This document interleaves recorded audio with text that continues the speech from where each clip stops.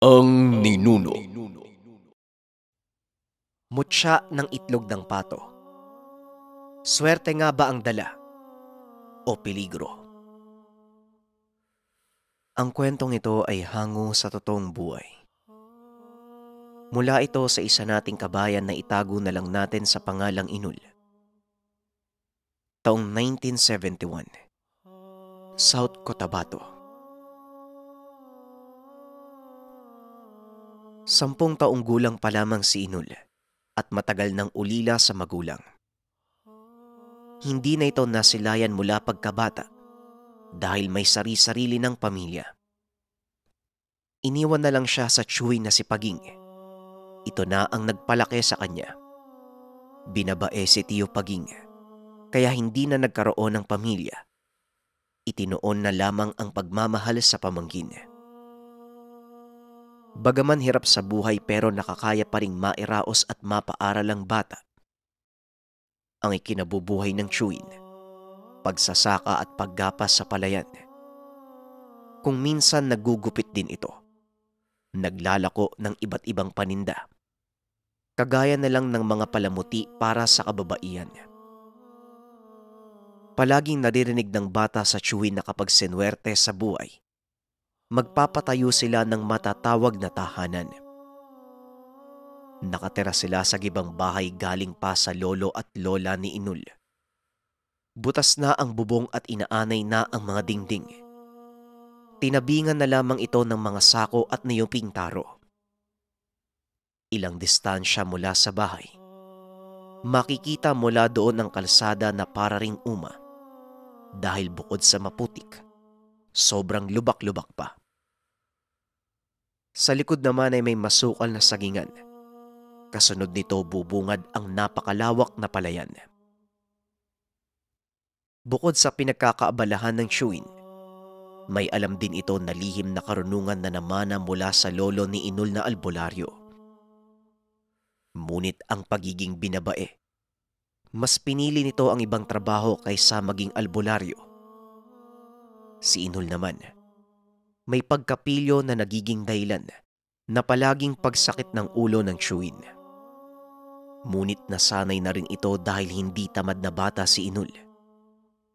Madalas kapag wala siyang klase, makikita ang bata na naroon sa malawak na palayan. Kung ano-ano ang ginagawa ni Inul. Nanghuhuli ng mga isda, nang bibitag ng mga tikling, at kung minsan, nanghuhuli ng mga ligaw na pato. Pero kahit kailan, hindi siya nakahuli maski isa dahil mailap ang hayop. Palaging pinapaalalahanan si Inul ng tiyuhin na huwag pupunta sa dulo ng palayan. May nilalang doon at napakadelikado. Pero nagbibingi-bingihan si Inul. Ayon dito, hindi siya naniniwala sa aswang. Palagi niyang kasama noon ang kaibigang si Bansu. Kasing edad niya at kaparehas ng kinawiwilihan. Oy, Inul! Saan ka pupunta? Dahan-dahan ka sa paglabas, ha? Huwag mong iwan tong bahay, aalis ako. May magpapagupit. Kahit papano, dagdag kita din yon. Wika ni Tiyo Paging. Nakita niya ito na mabagal na palabas ng pintuan. Bit-bit ang tirador. Nakayuko habang dumadaan sa likod ng taniman. Natigil si Inul habang kamot-kamot ang ulo. Hehe. Wala po. Tinitignan ko lang tong mga binhing tinanim nyo. Baka po sumibol na. Wika ni Inul. O siya, sige, basta umuwi ka. Tirik ang araw o ang itim-itim mo na. Kapag hindi ka ngingiti, hindi ka makikita tuwing gabi. Basta bantayan mo yung bahay, ha. Mamayang hapon pa ang balik ko. Wika ni Tiyo Paging. Tiyo, ano bang babantayan dito sa bahay? Wala naman sigurong magnanakaw dito eh. Wala tayong gamit. Siguro ang pinaka-importante lang dito, yung mga pampaganda sa mukha mo. Saka yung basag na salamin. Tugon ni Inul. Nagalit si Tio Paging. Mabilis na lumapit kay Inul at piningot ang tenga. Aba, ang dami mong alam ha. Hindi ibig sabihin na walang importante sa bahay, hindi man nababantayan. Ilang beses ko bang sasabihin sa'yo? Tia? Tia ang itawag mo sa akin. Wika ni Tio Paging. Tia daw? Paano naging tia? Ang dami mong balahibo sa binti. Parang kalabaw pa yung katawan, no? May bigote pa nga eh. Aba, ang kulit mo talaga. Halika nga dito ah. Biro lang po. Sige na po. Babantayan ko na po yung bahay. Huling wika ni Inul. Nakita niyang nanlilisik na ang mata ng Chewin. Inis na sa kanya.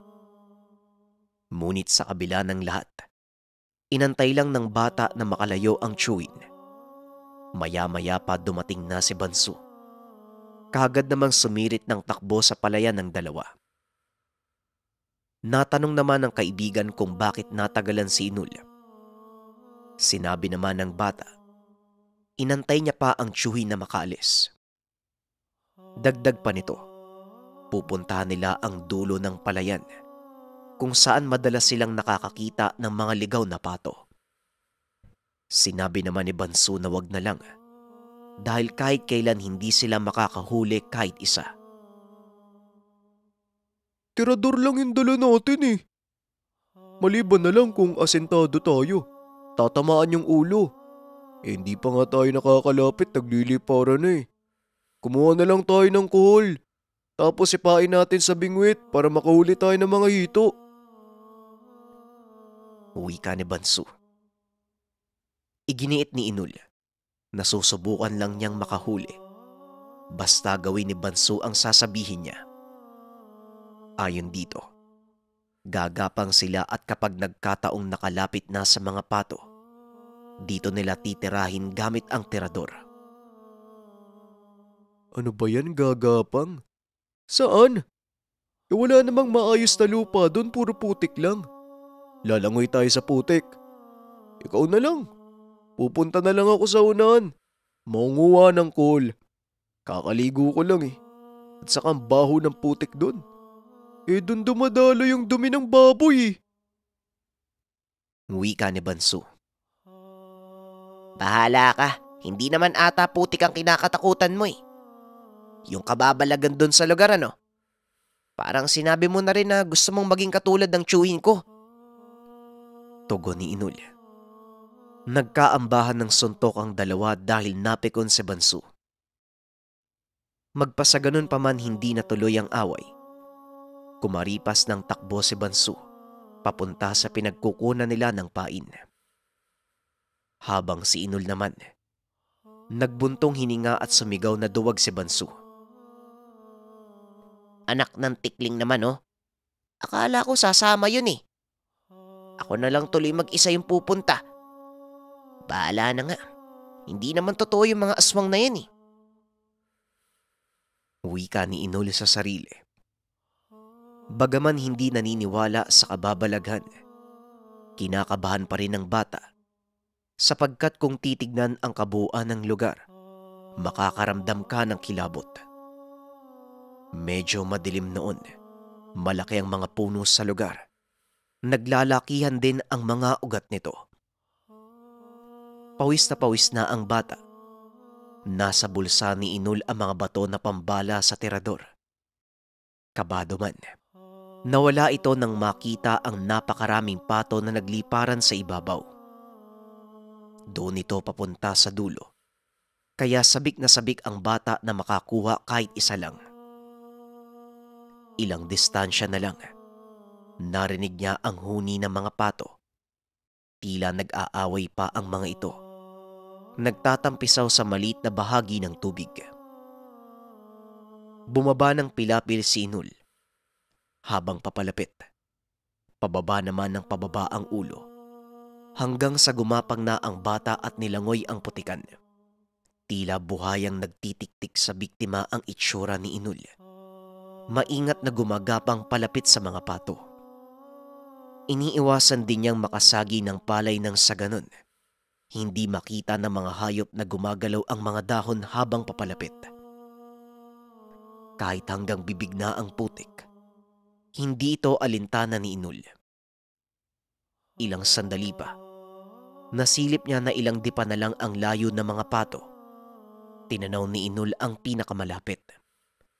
Binalahan niya ang tirador. Kagad na inasinta ni Inul. Ngunit gano'n na lamang ang pagkagulat niya nang biglang may kumalabog kasabay nito ang pagliparan ng mga pato. Galit na galit si Inul. Mabilis na bumalikwas. Tinanaw kung sino ang bumugaw sa mga pato. Wala siyang nakita sa lugar. Napakapayapa. Walang katao-tao maliban sa kanya. Inisip niyang baka nagtatago lang ito sa mga damo. Kaya nag-antay pa ang bata na baka may lumabas. Maya-maya pa, nakarinig siya ng mga kaluskos. Naroon ito sa tawid ng lunangan, sa bandang ilalim ng mga malalaking puno. Sinipat ito ng bata, ngunit wala namang tao. Dala ng pagkabanas, pinuntahan niya ang lugar hanggang sa makarating sa gilid ng puno. Malalim din ang kanal papunta sa ibabaw kung saan naroon ang babuyan. Pakialamero ka. Lumabas ka dyan. Pagkakataon ko na yun, binugaw mo pa eh. Huwag kang magtago. Magsutukan tayo. Wika ni Inul. Walang sumagot sa kanya. Nilibot ang bawat puno. Wala siyang nakitang tao. Hanggang sa may napansin siyang lumipad na pato doon mismo sa harapan niya. Napabitaw ng mabigat na salita ang bata dahil sa gulat at sobrang panghihinayang. Lalo na nang makita na may pugad pala sa ilalim. Kagad niyang hinawi ang damo at nakita na may 4 na itlog. Ang isa dito ay kulay itim, habang ang ilan naman ay kulay puti. Aba, meron palang nangingitlog na pato dito. Dapat pala nagdahan-dahan ako. Pagkakataon ko na sana yun eh. Huli na sana eh. Teka, bakit parang kulay itim yung isa? Medyo makinang pa. Tapos mabigat. Wika ni Inul sa sarili. Kinuha niya ang itim na itlog at inilagay sa bulsa. Bago umalis, nag-iwan siya ng patibong sa gubat dahil alam niyang babalik doon ang pato. Nang mga sandaling iyon, binabagtas na ng bata ang maputik na daan patawid ng lunangan. Ngunit bigla na lang nakarinig ng kakaibang ungol si Inul. Kasunod nito ang tila galit na aso. Mabilis na sinipat ng bata kung ano ito. Hanggang sa gano'n na lang ang panlalaki ng mga mata nang makakita ng ubod na pangit ng nilalang. Hindi niya maipaliwanag ang itsura, tao ang postura, ubod ng itim. Nakadapa pa ito sa ugat habang nakatitig sa kanya. Halos mabaliw ang bata kakatakbo. Kung saan-saan na lang ito dumadaan. Hindi na alintana kung gaano pa kalalim ang putik. Kahit madapa makalis lamang ng lugar. Para siyang hinabol ng aso na hindi man lang nakaramdam ng pagod. Hindi lumingon sa likod. Kagad sumirit ng takbo hanggang sa makalayo. Nang matiyak ang kaligtasan, dito pa lang siya nakaramdam ng matinding pagod. Nanlabo ang paningin. Malakas ang kabog ng dibdib at hinabol ang hinga. Maya-maya pa, humiga si Inul sa damo dahil sa sobrang panlalambot ng mga binti. Anak ng pato, ano ba yun? Nakakatakot naman. Wika ni Inul. Nang mga sandaling iyon, nakita pala siya ni Banso. Lumapit ito sa kanya at halatang natatawa.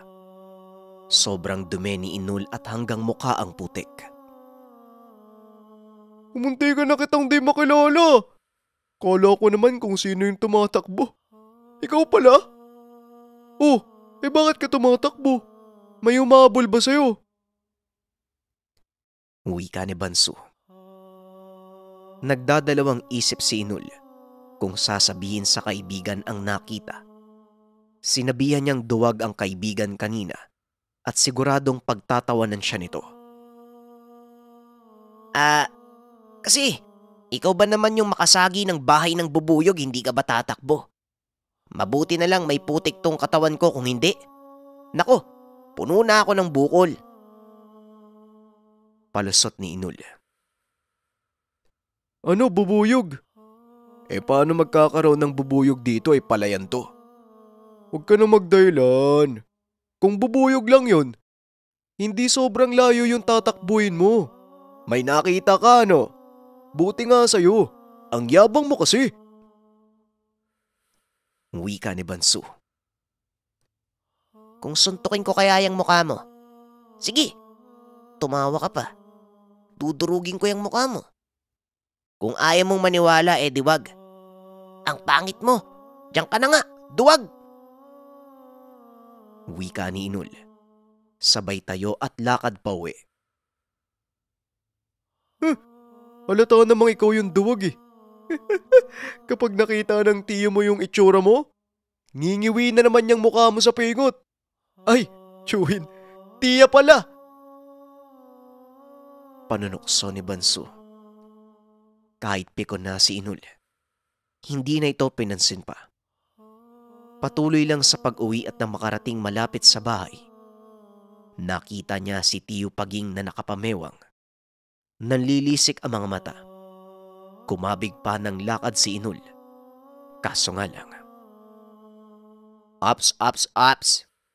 Saan ka pupunta? Hindi dyan ang bahay mo, Aber. Teka, pumarinig ka nga. Di ba ang sabi ko sa'yo, bantayan mo ang bahay? Yung ulam natin, kinain ng mga aso. Itong batang to. Sandali, huwag kang tatakbo. Alam mo namang maliit yung hakbang mo. Aabutan pa din kita. Wika ni Tiyo Paging. Pasensya na po, Tiyo. May pinuntahan lang po ako. Nadulas nga po ako sa pilapil eh. Aray ko po, aray. Masakit po yan. Tugon ni Inul. Kung ano man ang pinuntahan mo, wala akong pake. Anong uulamin natin mamayang gabi? At saka huwag ka nga magsinungaling. Kung nadulas ka sa pilapil, hindi ganyan kalala ang putik sa katawan mo. Pati bunganga mo, may lamang putik, ano ba yan? Nadulas tapos kumain ka ng lupa. Maligo ka nga. Kung hindi lang talaga kita pamangkin, ay naku, sumasakit ang ulo ko sa iyo. Wika ni Tiyo Paging. Tumakbo si Inul papunta sa poso. Nasa likuran lang ito ng tahanan. Pagubad niya ng salawal, nalaglag ang itim na itlog. Nagtataka ang bata sapagkat hindi man lang ito nabasag. Imposibleng hindi ito mabiyak dahil sa semento nalaglag. Sa halip ay parang bolang tumalbog at gumulong pa ng kaunti sa lupa. Dahil sa pagkataranta, kinuha na lang ito ni Inul at pinatong sa lagayan ng sabon. Matapos maligo, tinago niya ang itlog sa ilalim ng higaan. Katre ito na may tambak na mga telang hindi ginagamit. Kinagabihan, hindi nakatulog si Inul. Hindi nawawala sa isipan ng bata kung totoo nga ba ang nagpakita sa kanya kanina. Nakaiga lang ang bata, paikot-ikot, ngunit hindi pa rin siya talaga makatulog. Samantala, bigla namang nagising ang tiyo. Gumalaw ito na tila may pinapakiramdaman sa labas. Pinagmasdan lang ito ni Inul, hanggang sa biglang bumangon at dinampi ang tenga sa dingding. Maya-maya pa, nakita niya na naging seryoso ang mukha ng Chewin. Panay ang bukha ng bibig, pero wala siyang naririnig na salita. Ilang segundo lang kinuha nito ang itak at lumabas ng bahay.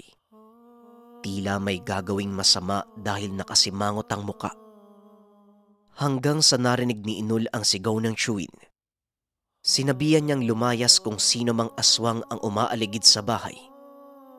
Bigla na lang kinilabutan si Inul. Mabilis siyang bumangon. Hinawi ang sako at sumilip sa labas. Nakita niya ang Chewin.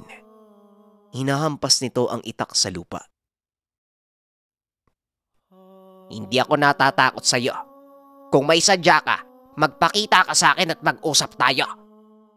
Huwag kang magtatago sa dilim dahil nararamdaman kita. Gusto mo bang hindi na makauwi sa inyo? Umalis ka dito at huwag ka nang babalik. Wala akong pakialam kung kaninong bahay ang pinupunterya mo. Wika ni Tio Paging. Maya-maya pa ay kumalma ito. Halatang nagtataka ang muka. Narinig pa ni Inul ang sinabi ng Chewin habang papasok ng tahanan. Iniisip nito kung anong pakay ng aswang at bakit gano'n na lang katapang na lumapit sa lugar. Dagdag pa ng Chewin, hindi man lang alintana ng nilalang ang tangan na namana sa yumaong ama. O bakit gising ka pa? Matulog ka na. Ang lalim na ng gabi. Wika ng Tio habang inaasikaso ang higaan.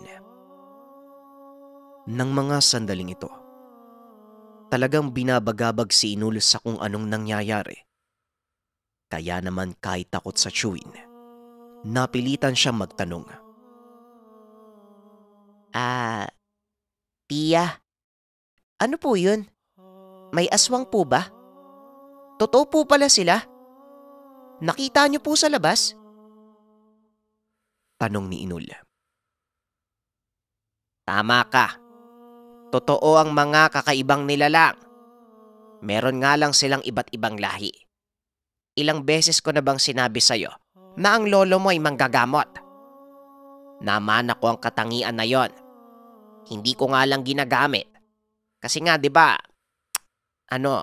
Tiya mo ko.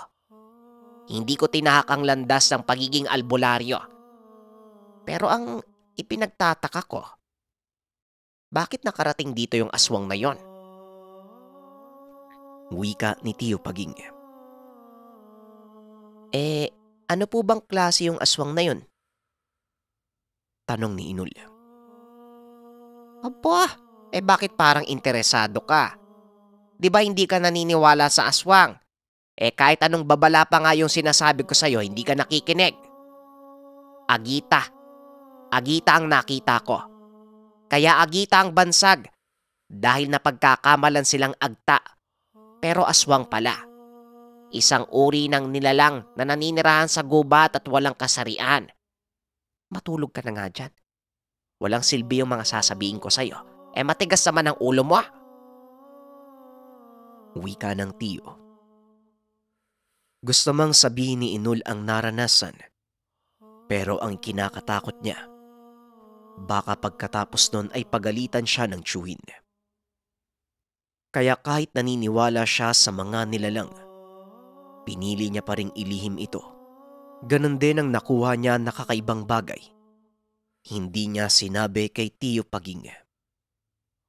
Kinabukasan, maagang umalis ang Chewin. Ngunit bago siya tuluyang umalis, naglibot muna ito sa tahanan at may kung anong ginawa. Nakita ni Inul na bumubuka ang bibig ng Chewin at dumudura kung saan-saan. At tila kinakahig pa sa lupa ang mga paa. Hindi niya maintindihan dahil mukha itong nawawala sa tamang pag-iisip. Nanatili naman sa tahanan si Inul. Hindi na siya lumalabas dala ng takot sa naranasan kahapon. Idagdag pa ang nangyari kagabi. Nang mabagot si Inul ay kinuha niya ang itlog. Itinapat sa liwanag ng araw at sinuri kung ano ang laman. Purong itim lamang. Naisipan niyang biyakin.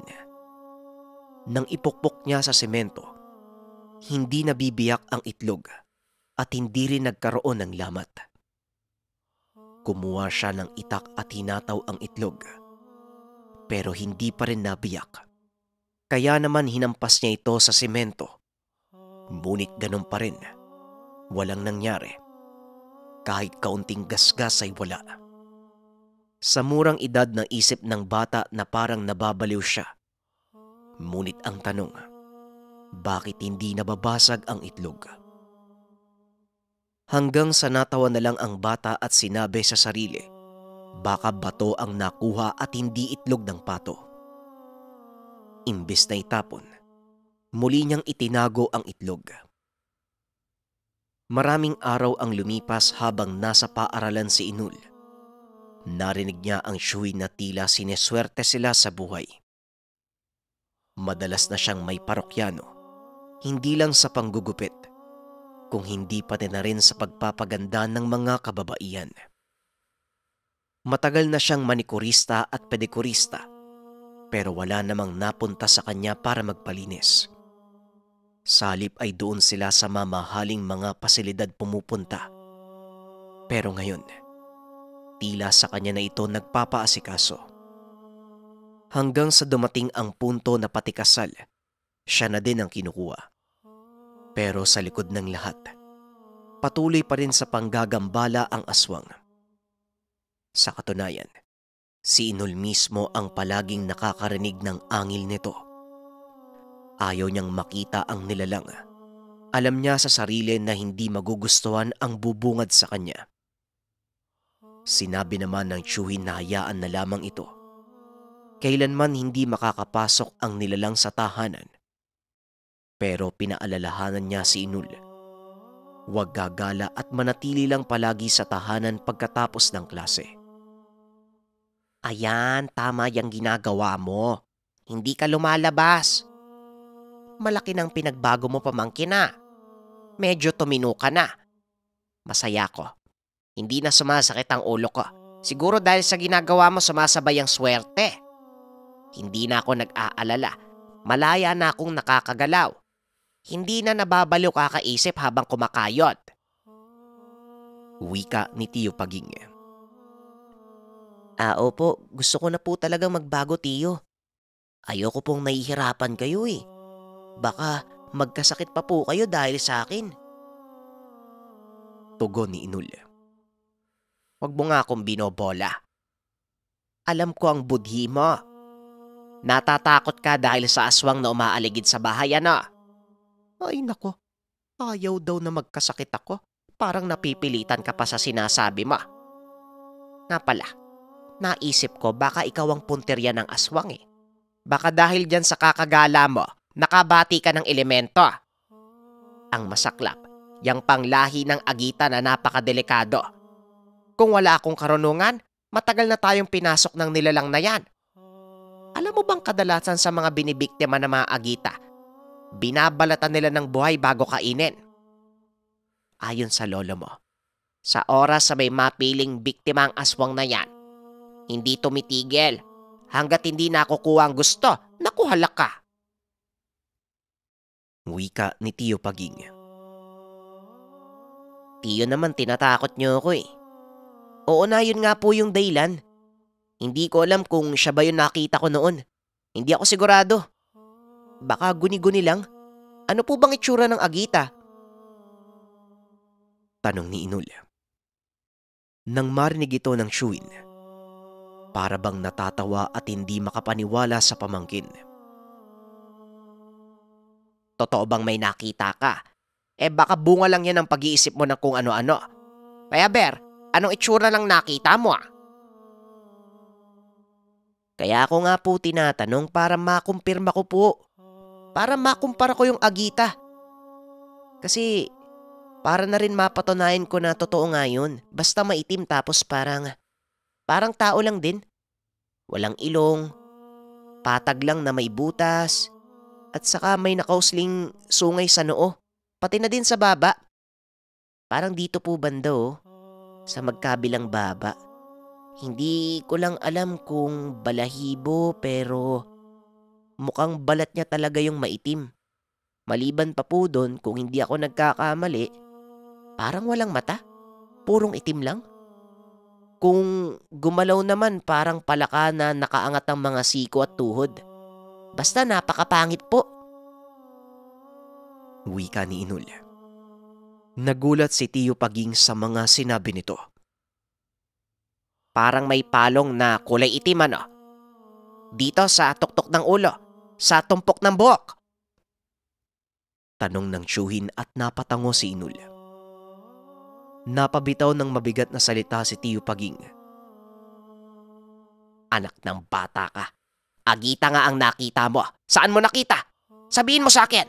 Doon sa dulo ng palayan? Doon ano? Magsalita ka. Magsalita kang pilyong bata ka. Tanong ni Tio Paging. Teka lang po. Opo, magsasalita naman po ako. Tinatakot niyo ako eh. Ang sama po ng tingin niyo. Para kayong papatay ng tao eh. Opo, doon nga. Gusto ko pong makakuha kahit isang ligaw na pato lang. Oy, Tiyo, kumalma po kayo. Huwag niyo po akong tignan ng ganyan. Tatakbo ako. Tugon ni Inul. Maluha-luha ang bata ng mga sandaling iyon. Talagang gigil na gigil si Tio Paging. Ayon sa Tio, hindi pa siya sigurado nung una kung ano ba talaga ang dahilan ng pagbisita ng Agita. Inakala niyang baka dahil lang sa kapitbahay. May ilang kapitbahay naman sa lugar, kaya hindi natumbok kung alin sa mga ito ang pakay ng nilalang. Dagdag pa nito, isa lang ang dahilan. Nagambala ni Inul ang nilalang at maaaring may nakuha siyang bagay na pagmamay-ari ng Agita. Nang marinig ito ni Inul, mariin niyang itinanggi na wala. Basta lamang itong nagpakita sa kanya. Nakalimutan niya na meron siyang kinuha na itim na itlog doon sa pugad. Sinabi ko sa'yo na huwag kang pupunta doon. Ang tigas ng ulo mo. Imposibleng wala kang nakuha. Hindi kailanman lalapit sa maraming tao ang nilalang na yan. Maliban na lang kung may napakahalagang bagay ka na nakuha sa kanya. Isang uri ng mutya na kailangan sa pagpaparami nila. Walang kasarian ng Agita. Nagpaparami lang sila gamit ng isang piling mutya. Kagaya na lang ng mutya ng prutas. Basta makakain at makakapagbigay ng binhi sa katawang pangloob. Dito isisilang ang batang Agita. Sabihin mo sa akin, huwag kang magsisinungaling. Nakita ko ang paglikot ng mata mo. Ano ang kinuha mo? Wika ni Tio Paging. Meron po akong kinuha pero itlog lang po yun ng pato. Ano pong meron dun? Teka, ipapakita ko po sa inyo ah. Kakaiba nga lang po yung itlog kasi kulay itim. Tapos hindi po nababasag. Tugon ni Inul. Mabilis itong gumapang sa ilalim ng katre at kinuha ang bagay. Nang ipakita ito sa tiyuhin, gulat na gulat si Tio Paging. Napatakip ng bibig at umiling. Animal kang bata ka. Mutya yan. Saan ka ba nakakita ng itim na itlog tapos galing sa pato?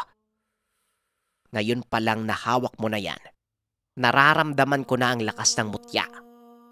Kaya pala biglaan ang paglitaw ng Agita doon sa dulo ng palayan eh. Dahil may binabantayan itong mutya. Nagkataong naroon ka nang ilabas ito ng pato. Ngayon kinuha mo pa. Anak ng tagyawat kang bata ka, oo. Bukod pa dyan. Kaya pala ang ganda ng pakiramdam ko dito sa bahay. Sunod-sunod ang swerte na dumating. Swerte ang itlog na yan. Swerte ang dala kung sino man na magtataglay. Pero malas nga lang. Gusto itong kunin ng Agita. Wika ni Tio Paging. Dagdag pa nito, lahat ng mutsyang itlog ay swerte. Nang mga sandaling iyon halong emosyon ang naramdaman ng bata. Habang ang tiyo naman, nawala ang atensyon sa kapilyuhan ni Inul. Nalipat ito sa kasalukuyang problema. Kumpirmadong sila ang punterya ng Agita. Kaya kapag nagkamali sila ng kilos, maaaring pagkakataon na ito ng aswang. Ibalik na lang po kaya natin to, Tiyo. Bahala na kung hindi tayo balutin ng swerte. Basta malayo po tayo sa peligro. Wika ni Inul. Alam mo, natutuwa ako ha. Tama. Natutuwa ako dahil hindi ko akalain na siswertehin tayo sa buhay. Pero nang malaman ko kung saan galing, hindi ko alam kung swerte pa to o kamalasan. Dahil sa katigasan ng ulo mo, kung ano-ano ang dumadating sa buhay natin. Hindi na natin pwedeng isoli ang gamit. Dahil sa ayaw kong mawala ang swerte at isa pa, dadami ang mga aswang kapag nasa kanila yan. Huwag kang lalabas ng bahay. Lumiban ka muna ng klase. May gagawin lang ako. Wika ni Tio Paging. Hindi na tinanong pa ni Inul ang tsuhin. Pinili niyang manahimik dahil baka mapukaw na naman ang pagkabanas nito. Alam niya naman sa sarili kung gaano kabangis ang mukha ng tsuhin kapag galit. Hindi na pumasok ng paaralan ang bata. Umabot pa ng 3 araw kaya napilitan ng bumisita ang guro at natanong kung ano ang nangyayari. Ang dahilan ni Tio Paging, madalas sumasakit ang tiyan ng bata kaya hindi na muna pinapapasok. Kapag gumaling na ito, saka pa lamang babalik sa paaralan. Naintindihan naman ng guro. Nagbilin pa ito na sayang kung hindi magpapatuloy si Inul dahil matalino ang bata. Pero gagawan niya ng paraan upang hindi ito bumagsak sa klase, kahit pansamantalang hindi pumasok si Inul. Alam mo ma'am, totoong matalino ang batang to eh. Pati nga ako nauutakan. Pero maraming salamat po sa pag-intindi. Wika ni Tio Paging. Malaki ang pagbabago ng sistema sa kanilang pamumuhay. Ngunit patuloy pa rin ang swerte. Ang mga parokyano na mismo ang pumupunta sa tahanan at dito inaasikaso ng tiyo. Ngunit tuwing umaga, sa paglabas ng sinag ng araw wala ang tsuhin sa bahay. Hindi naman ito nagpapaalam kay Inul kung saan pupunta, kaya nababahala ang bata. Natakot siya na baka may mangyaring masama sa tsuhin. Hanggang sa binantayan niya ito, gumising siya ng madaling araw. Lumabas ng tahanan ng tiyo, bitbit nito ang itak. Kung ano-anong palamuti ang suot nito bilang kwintas. Ayon kay Inul, nagmistulang baliw sa kalsada ang tsuhin. Bukod pa dyan, hindi kilos babae, salip brusko na tila makikipagpatayan. Kaya naman ng mga sandaling iyon kahit takot, sinundan niya ang tiyo. Malakas man ang agam-agam ngunit hindi siya mapakali. Bukod sa pagtataka kung bakit papunta ito sa palayan, hanggang sa napansin niya na ang direksyong tinatahak nito, papunta mismo kung saan niya nakita ang agita. Kinabahan si Inul. Dali-dali siyang bumalik ng tahanan at kinuha ang isa pang itak. Dinala niya rin ang itlog na mutya. Kung sakaling may mangyari sa tsuhin, isusuko niya ang gamit. Kagad siyang tumakbo sa pilapil. Tinanaw niya ito sa dulo, ngunit hindi niya makita si Tio Paging. Nang mga sandaling ito paangat na ang araw, kaya sumasaglit ng tago si Inul at baka makita siya ni Tio Paging. Hanggang sa makarating na siya sa dulo, nasa lilim ng mga sandaling ito ng naglalakian at nakakakilabot na mga puno ang bata. Tila sasabog na ang dibdib sa lakas ng pagkabog. Nasaan ka ba, Tiyo? Baka kinain ka na ng agita. Naku naman oh. Dapat kasi hindi na lang ako sumunod eh. Hindi ko na makita si Tiyo. Lagot ako nito. Kakainin ako ng agita. Mamaya makita ako dito eh. Basta kapag nagpakita sa akin yung nilalang, hindi ako tatakbo. Tatagain ko! Wika ni Inul. Maya-maya pa nagsimula siyang maglakad papasok sa liblib na lugar. Habang sinusuong ang gubat, mas lumakas ang tensyon na nararamdaman ng bata.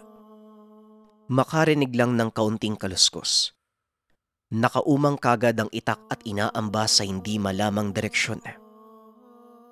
Kasabay nito, paulit-ulit ang pagbanggit ng bata ng Ave Maria. Maya-maya pa bigla na lang may humila sa kamay. Tinakpan ang bibig ni Inul, kaya hindi nakasigaw ang bata. Pag-angat niya ng tingin ay nakita niya si Tio Paging. Anak ng tagyawat, ano bang ginagawa mo dito? Magpapakamatay ka ba? Teka, may dala ka pang itak. At itong itlog, bakit mo dinala yan? Huwag kang sisigaw. Nakita mo yung nasa unahan. May 2 aswang na nakatago sa puno. Tignan mong maigi. Aakalain mong parte ng puno. Wika ni Tio Paging. Hindi po ako makahinga, Tiyo. Aray, paano po ako magsasalita? Tinatakpan niyo po yung bibig ko. Tugon ni Inul. Ay oo nga pala, pasensya ka na. Dito ka lang sa tabi, huwag kang gagalaw. Huwag kang hihiwalay sa akin. Hanggat nasa tabi kita, hindi ka makikita ng 2 yan. Wika ni Tio Paging. Pwede niyo naman po kong tawagin eh. Bakit niyo po ko dinakma? Akala ko tuloy aswang na. Nasaan po ba? Wala naman eh. Kahoy lang po yan. Naihipa ako sa salawal. Naku naman oh. Tugon ni Inul. Ang sarap po talagang batukang bata ka. Huwag na nga lang. Bakit ka pa kasi nagpunta dito ah? Tapos dala mo pa yan. Animal kang bata ka. Kasi po natatakot po ko para sa inyo eh. Sumunod po ko dito pero dala ko to. Para kung sakali may mangyari, isusuko na lang po natin. At saka ano bang gagawin nyo dito? Alam nyo ba, halos may matay na ako sa sobrang takot. Tanong ni Inul. Ang sabi naman ni Tio Paging, napasubo na sa laban. Tutugisin niya na lang ang agita. Pero hindi niya inaasahan na 2 ang bilang nito. Dagdag pa ng Shuin, ang agita ay nagtatago sa mga puno kapag araw. At kung wala kang alam, hindi mo ito makikita. Pasensya na po. Huwag na po kasi kayong sumimangot. Mas lalo po ako natatakot eh. Wika ni Inul. Huwag ka na nga maingay, pinapalala mo yung sitwasyon. Hindi tuloy ako makagalaw. Pagkakataon ko na sana. Dahil nakita ko na kung nasaan eh. Sa unahan ng punong yan. Kung hindi ako nagkakamali, doon ang bahay ng nilalang. Wika ni Tio Paging. Sa pagpapatuloy nito, kaya sa umaga niya tinutugis ang mga nilalang. Dahil ayon sa lolo ni Inul, ito ang oras na uhupa pa lamang ang pagiging mabangis ng aswang. Malakas ito tuwing gabi, lalo na kapag takip silim. Kung tutuusin ay para itong engkanto, pero nakakasama sa realidad. Hindi katulad ng mga lamang lupa na nabibilang sa ibang dimensyon. Hindi ko po talaga makita at saka, ito lang po ba? Magtatago na lang po ba tayo dito? Ang katipo ng bigote nyo eh. Wika ni Inul. Hindi na nagsalita pa si Tio Paging. Kinalabit si Inul at nagudyat ng kamay. Ang ibig sabihin ay lumipat ng pwesto ang bata. Pero maingat at gagapang papunta sa isang puno. Paulit-ulit na nagsenyas ang tiyo. Nakakunot lang ang mukha ng bata. Pwede naman po kayo magsalita. Parang sundalo, gagapang pa. Teka, baka makita ako eh. Di ba ang sabi nyo, huwag akong lalayo? Wika ni Inul. Anak naman ng pot. Basta gawin mo na lang. Ang dami mong tanong. Wika ni Tio Paging. Maya-maya pa nagbuntong hininga si Inul. Gumapang sa lupa at lumipat sa kabilang puno. Kitang-kita ang pagkataranta ng bata. Tila maiiyak. sapagkat ramdam ni Inul ang tensyon sa lugar. Sige, magpakita ka na. Pero wag kang gagalaw. Napalunok ng laway si Inul sa sinabi ng tiyo. Hindi niya alam kung tama ba ang sinasabi nito. Sa isip niya, ipapain siya sa agita. Sabihin nyo na lang po dati pa na gusto nyo akong patayin kasi matigas po yung ulo ko. Hindi po yung idadaan nyo sa ibang paraan. Ipapapatay niyo po ko sa aswang eh. Wika ni Inul. Napapikit na lang ng mata si Tiyo Paging. Gigil na gigil. Gustong sakta ng bata. Ikaw, ang dami mong sinasabi. Basta sundin mo na lang ako para makaligtas tayo. Wika ni Tiyo Paging.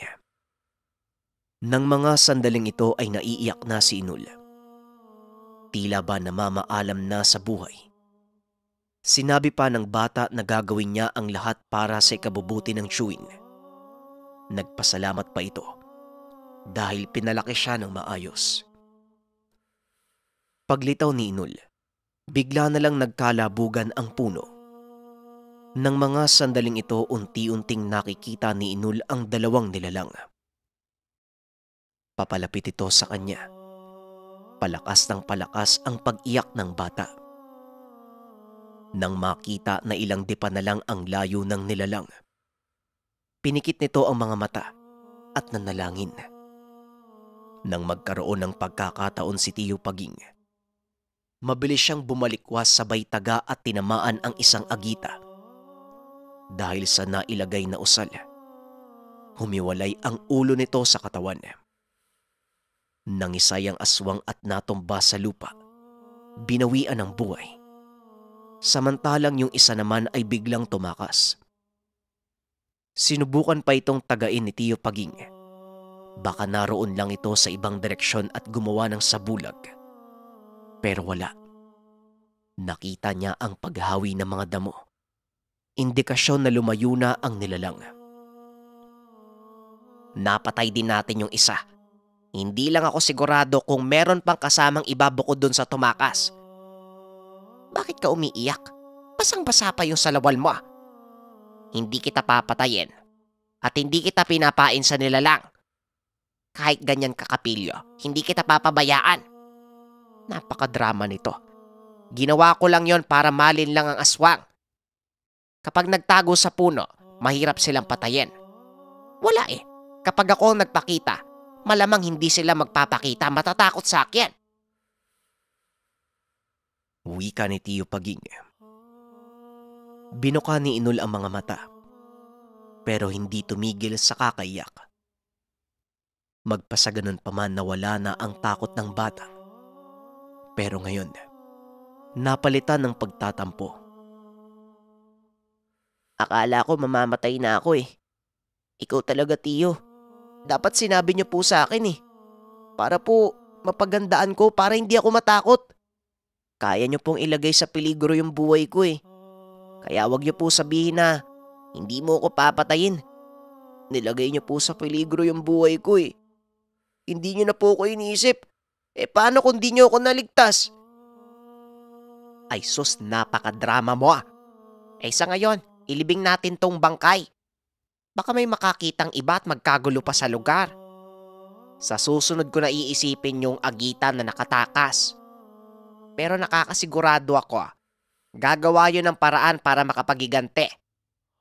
Ang hindi ko lang alam, kung kakayanin pa ng poder na nilagay ko sa bahay, siguradong hahanap yun ng ibang paraan. Wika ni Tiyo Paging. Hindi tumulong si Inul sa paglibing. Pumunta kagad ang bata sa pilapil. May maliit na sapa doon at naglinis ng katawan. Bagaman inis na inis ang bata, nakatanaw ang Chewin sa hindi kalayuan na tila nang aasar pa. Maya-maya pa, galit pa rin ang itsura ni Inul habang pauwi ng tahanan. Nang mga sandaling iyon tirik na ang araw, sinabi ni Tiyo Paging, magmadali na, dahil baka may parokyano nang nag-aantay sa bahay. Pero hindi kumibo si Inul. Sa halip na natiling tahimik habang nakasimangot ang muka. Huwag mo masyadong damdamin, Inol. Hindi ko pababayaan na may mangyari sa'yo. Ay sa tingin mo ba, ginawa kitang pain para sa wala? Kahit dampi, hindi makakahawak sa'yo yung aswang. Alam ko ang ginagawa ko, Inol. Malaki ang tiwala ko sa tangang naman ako sa lolo mo. Kung hindi ako kampante, hindi ko gagawin yon. Huwag ka nang sumimangot dyan. Wika ni Tio Paging. Nanatiling tahimik si Inul. Maraming parokyano ang nag-aantay. Nagpalusot na lamang si Tio Paging na may inasikaso sa uma. Isa-isa niyang inasikaso ang mga nag-aantay. Samantalang si Inul naman, nagmukmok sa katre habang nakatalokbong ng kumot. Inabot na ng dilim. Nanatiling nakatago sa kumot ang bata. Hanggang sa nilapitan ito ng tiyuhin at hinawakan. Nataranta si Tio Paging dahil ang taas ng lagnat ni Inul. Kagad niya itong binigyan ng mga halamang gamot na mabisa sa lagnat. Hindi pa rin nagsasalita si Inul. Natutulog lang ang bata ngunit sa pagkakataong ito, humupa na ang lagnat. Maya-maya pa habang abala sa abuhan, napansin ng tiyuhin na tila may kakaiba sa lugar. Hindi naman ito bago sa kanya. Alam niya na may aswang sa malapit. Pero sa pagkakataong ito, hindi siya nagpakampante. Natatakot siya na baka puwersahang pumasok ang nilalang, lalo na't namatayan ito ng kauri at naghihigante. Kagad na pumasok ng bahay ang tiyuhin. Tulog pa rin si Inul. Hinanda niya ang itak. Sinarado ang pintuan at mga bintana. Dinagdagan ng harang ang mga bahagi ng tahanan na sako lamang ang tabing. Hanggang sa nakarinig siya ng mahinang sitsit, kaluskos, at nagsimula ng tumahol ang aso ng kapitbahay. Ngunit nagtaka si Tio Paging dahil nasa magkabilang banda ng tahanan ang mga nakakakilabot na huni. Nababahala ang tiyuhin. Alam niya sa sarili na hindi lang nag-iisa ang agita na nasa labas. Tama nga siya ng hinala. May kasama pa ito bukod sa napatay.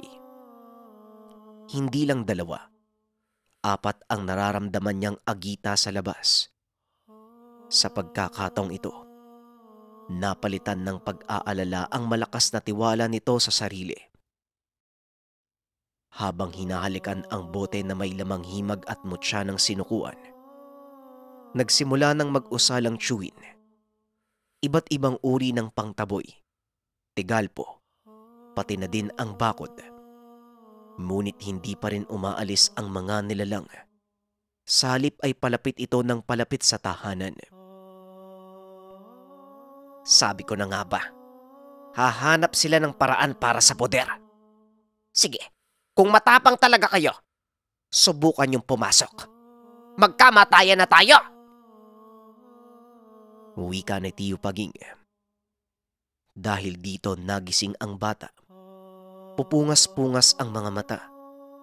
Akma sanang sisilip sa bintana para malaman ang nangyayari sa labas ng tahanan. Psst! Hoy! Huwag mong bubuksan ang bintana. Diyan ka lang sa higaan mo. Wika ni Tio Paging. Huwag yun na nga po kung pinagsasabihan. Hayaan mo ako sa gusto ko. Wala ka namang malasakit sa akin eh. Wika ni Inul. Anak ng put, makinig ka. Sige, sumilip ka. Nang kunin yung ulo mo palabas. Hindi mo ba naririnig yung tunog? Sige, ipagpatuloy mo yung garbo mo nang mamatay ka. Nagmatigas pa rin si Inul. Tuluyang binuksan ang bintana at pagkadungaw niya. Nanigas ang buong katawan na may bumungad mismo sa harapan. Nakalapit ang mukha ng nilalang sa kanya. Naluha si Inul. Mas nilapit pa ng aswang ang muka.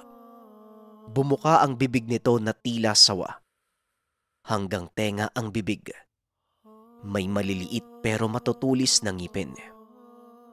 Nataranta si Tio Paging. Kapag may ginawa siyang hindi maganda, maaaring sakmalin bigla ang pamangkin.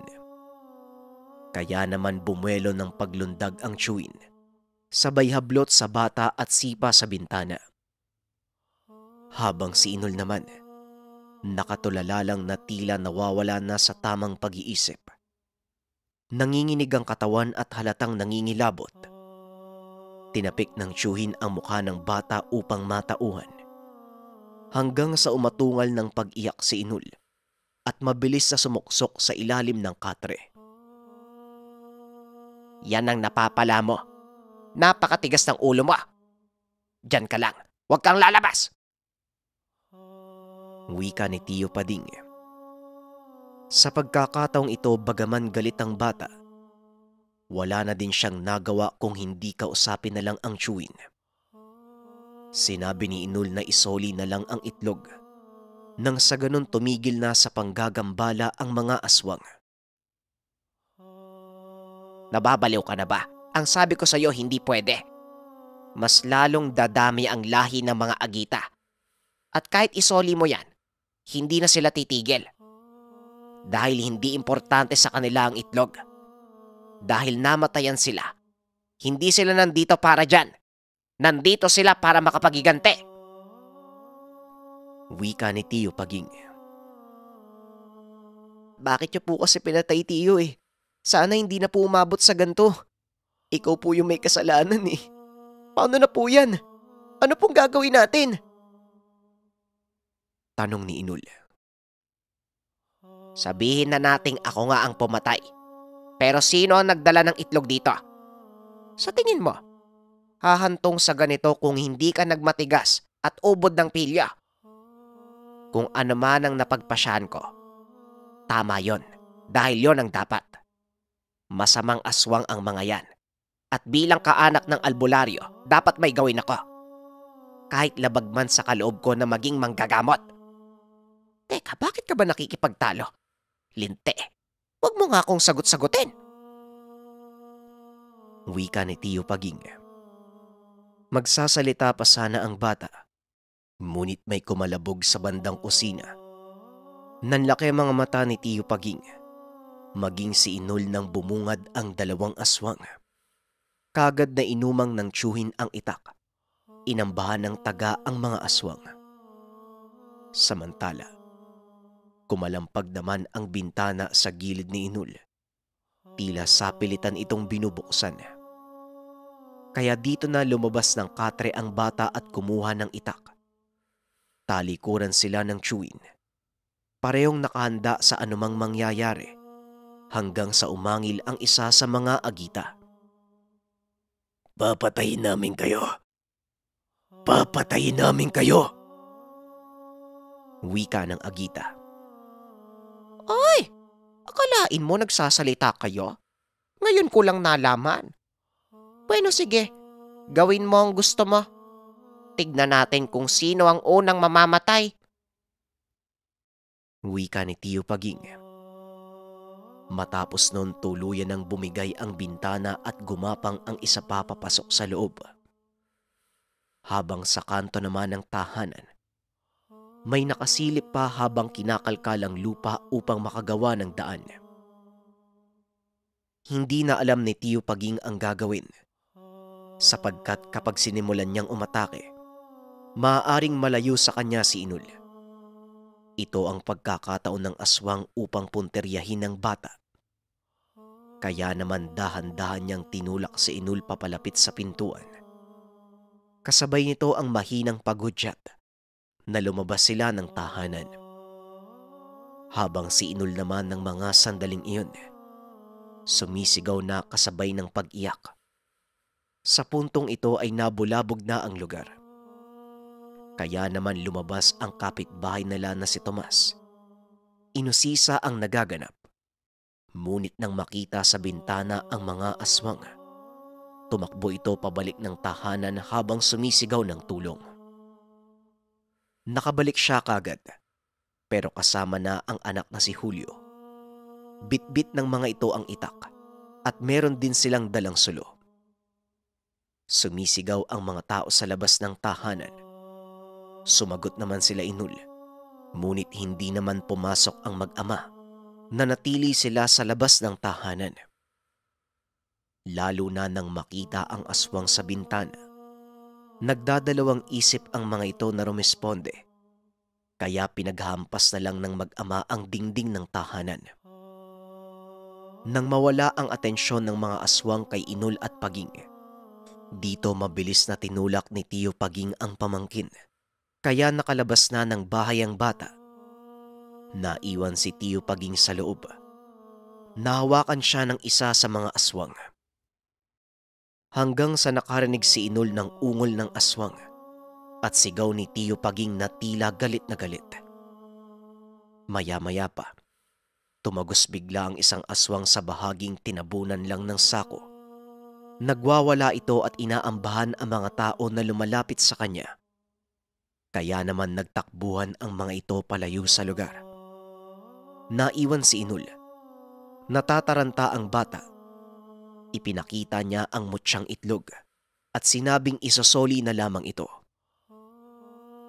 Hindi yan ang kailangan namin. Namatayan kami. Kaya yun din dapat ang mangyari sa inyo. Wika ng isang agita na nasa labas ng bahay. Lumapit ito kay Inul at hinablot ang bata. Kinaladkad papunta sa sagingan. Paulit-ulit na sumigaw si Inul. Hanggang sa narinig ito ni Tio Paging habang nakikipagbuno sa mga aswang sa loob ng bahay. Giniba ng tiyuhin ang dingding. Kagad siyang nakalabas at mabilis na sinundan si Inul. Nakita niyang hinihila ang pamangkin. Tumalon pa ang aswang sa pilapil, kaya labis na nag-alala si Tio Paging. Kitang-kita niya kung paanong humampas ang katawan ng bata sa lupa. Anak dang, sana hindi nabalian. Yawang aswang, sa oras na maabutan kita, tatadtarin ko yung katawan mo. Wika ni Tio Paging. Samantala habang hinahabol niya ang kumakaladkad sa pamangkin, nasa likuran na ng tiyuhin ang mga aswang na kaninay nasa loob ng tahanan. Nasa palayan na sila ng mga sandaling ito. Kung saan-saan lumiliko ang agita na may bitbit kay Inul. Mas lalong nag-alala si Tio Paging dahil hindi na umiiyak ang bata. Indikasyon na maaaring wala na itong malay o hindi kaya naman patay na ito dahil sa lala ng ginawa sa kanya ng agita. Kaya gano'n na lang ang pagbibitiw ng mabigat na salita ni Tio Paging. Wala na sa kanya ang pagod. Binilisan niya ang takbo hanggang sa naabutan ang aswang. Hinablot ang malapalong na buhok. Sinipa ang bewang kaya natumba ang aswang at gumulong sa putikan. Hindi na inaksaya ni Tio Paging ang pagkakataon. Akmang babangon pa ang aswang. Pero tinaga niya kaagad ang noo, dahilan para mabiyak ang muka. Hindi pa nakontento ang tiyuhin. Tinutuo ang sinabing tatadtarin niya ang agita. Patuloy lang sa pagtaga si Tio Paging hanggang sa biglang binangga pa ng isang agita ang tiyuhin. Gumulong sila sa palayan hanggang sa nagdatingan na ang iba. Napapalibutan na ng 3 agita si Tio Paging. Salitan ito ng pag-atake. Napapatabo na lang ng muka ang tiyuhin dahil sa magkabila ang pagtama. Marami ng sugat si Tio Paging, pero hindi ito makitaan ng panghihina. Lalo na nang makitang nakataob sa gilid ng pilapil si Inul. Nakasubsob ang muka sa putik. Indikasyon na wala ng buhay ang bata. Nagwala ang tiyuhin sabay balikwas sa putik. Paghataw ng itak, tinamaan ng isa sa panga, kaya napaatras ito at natumba sa lupa.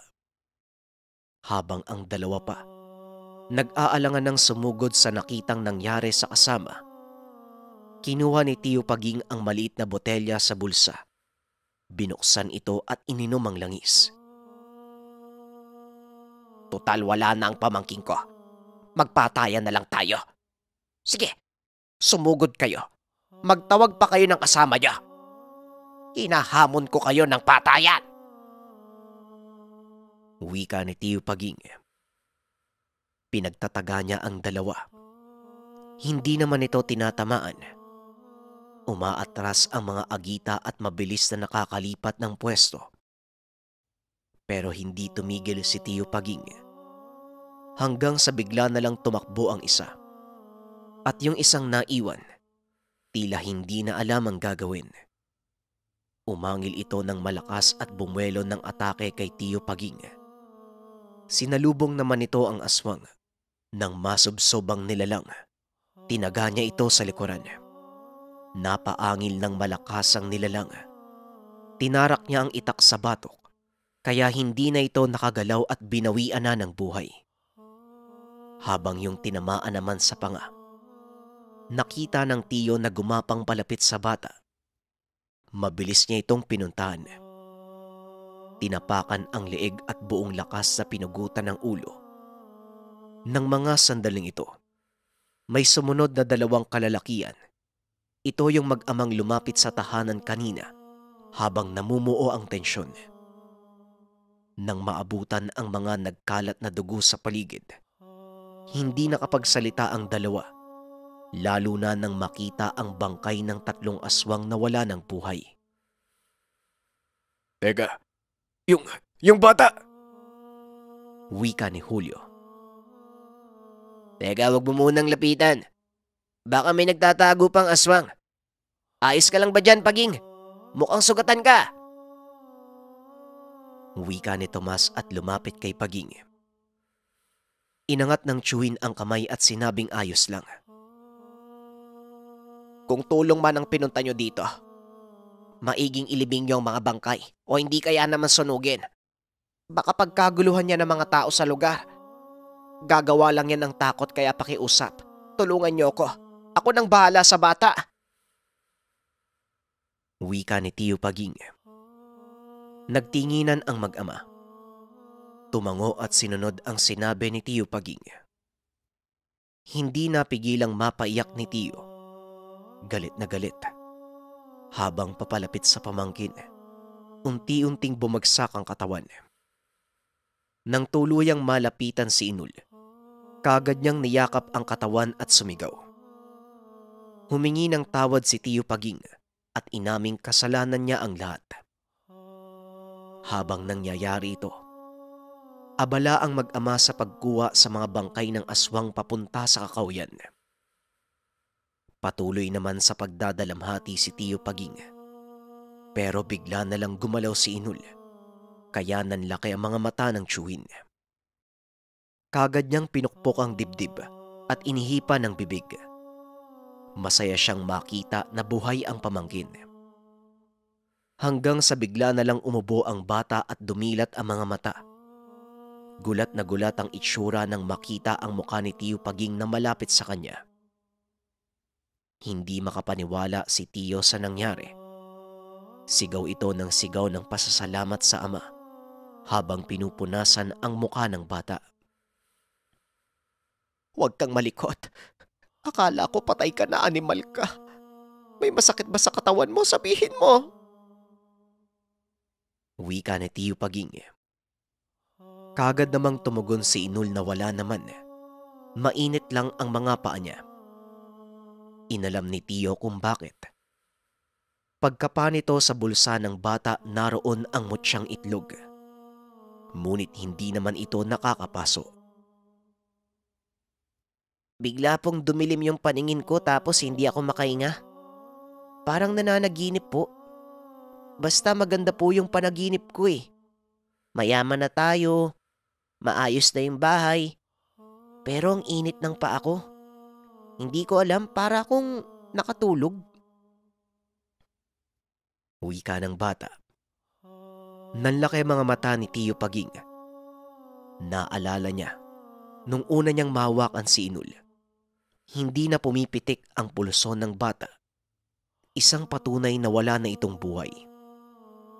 Pero malaking katanungan kung bakit bigla na lang itong nagising Kaya naman inisip niyang baka gawa ito ng mutya. Hindi lang swerte ang dala sa buhay, kung hindi maaari ding maibalik ang buhay ng taong nagtatangan. Buhay na buhay ang mutya, nakakamangha ano? Hindi ko alam na meron pala yung ibang katangian. Ngayong alam ko na. Lahat ng mga tangan na nagtataglay ng ganitong katangian, yun lang ang kinukuha at kinakain ng mga agita. Nakakapagbigay ito ng buhay. Kaya mo bang bumangon? Nakita ko kung paano ka humampas sa bato habang kinakaladkad ka kanina. Wika ni Tio Paging. Ayos naman po ko. Wala naman pong masakit sa katawan ko pero nasasaktan po ako sa itsura nyo . Kaya ko na pong bumangon. Tugon ni Inul. Abay, napakapilyo mo talaga ano. Wala kang pinipiling sitwasyon. Hindi mo inisip nag-aalala ko. Inasar mo pa yung mukha ko. Maging masaya ka dahil buhay ka pa. Meron pang isang natira na katakas. Natakot yata. Yon ang tutugisin ko bukas. Ay, saan ka pupunta? Teka, bakit di mo ko pinapansin? Ito talagang batang ito, oo. Wika ni Tio Paging. Kalmado na tumalikod ang bata at naglakad pauwi. Hinayaan lang ito ng Chewin dahil gusto niyang tulungan ang mag-ama. Mabuti siguro, isuko na lang natin to sa otoridad. Wika ni Tomas. Wag, hanggat maaari, tayo lang dapat ang makaalam. Sinabi ko ang dahilan kanina, kaya atin-atin lang to. Kami ang nagsimula, kaya kami lang ang punterya ng aswang, walang madadamay na iba. Kilala niyo ko. Kahit iba ang kasarian ko, pero meron akong karunungan na galing sa tatay ko. Kaya ako nang bahala. Wika ni Tio Paging. Umayon ang dalawa at sinabi, kung kailangan ng tulong ni Paging, handa silang umalalay. Nagpasalamat si Tio Paging at pagkatapos nun ay umuwi na ng tahanan. Hindi na nakatulog pa si Tio. Inayos niya ang mga nasira. Habang si Inul naman, ganun din na tila hindi pa lubusang nagkakaulirat sa buong pangyayari. Kinabukasan nagpaalam ang Chewin na aalis. Sinabi niyang wag nang sumama si Inul dahil mahahati lamang ang atensyon. Sa pagkakataong ito, kaagad na tumango ang bata. Talagang hindi na ako sasama. Pero mag-iingat ka, Tio . Nga po pala, pasensya na po kayo kahapon sa mga nasabi ko. Pasensya na po kung nagtampo ko. Mali po pala ako . Basta palagi niyo pong aalalahanin. Mahal ko po kayo, Tio. Wika ni Inul. Apo, napapadalas ko nang naririnig yan . Pagkatapos tatalikod ka. Tatakbo. Kung saan-saan maglalaro. Bueno, alam ko naman yon. Natatakot lang ako at nag-aalala. Mahal din kita kahit pilyo ka. Wika ng Chewin. Tumalikod na ito at mabilis na naglakad papunta sa palayan. Alam ng bata na tutugisin nito ang aswang. Inantay niya ang Chewin at tanghali na ito nakabalik. Ang sabi nito, wala na ang presensya ng agita sa lugar. Sigurado siyang lumayas na ang aswang, pero hindi dapat sila magpakampante. Makalipas ang ilang araw, wala nang pagdalaw ng mga aswang sa tahanan. Umabot na sa buwan. Nanatiling payapa. Patuloy ang pagdating ng swerte sa buhay ng mag-Chewin. Si Tio Paging na ang humawak sa itlog dahil delikado kapag nasa kamay ito ng bata, lalo na't wala pang karunungan at nag-aaral pa. Hindi naman nagtagal. Nakapagpatayo na ng tahanan ang mag-Chewin at nilagyan ng munting tindahan. Patuloy pa rin ang swerte. Hanggang sa tuluyan silang umusad sa buhay, marami silang nabiling lupain. Maganda itong taniman ng palay at iba pang mga pananim. Naging katiwala naman nila ang mag-amang si Tomas at Julio. Ngunit sa kabila ng lahat, hindi nawala sa isipan nila Inul ang karanasan. Gabi-gabi siyang dinadalaw ng bangungot. Dinala niya ito hanggang sa paglaki. Isang karanasan sa buhay na bagaman nagpausad sa kanila, ngunit nakakakilabot, kaya tumatak ng maigi sa isipan ni Inul. Lahat ng kababalaghan, lahat ng karanasan, ito ay nagmula sa mutya ng itlog ng pato. Maraming salamat sa pakikinig ng ating kwento, mga kabayan. Abangan pa natin ang mga susunod na kwento dito sa ating channel. Paalam. Ang Ninuno.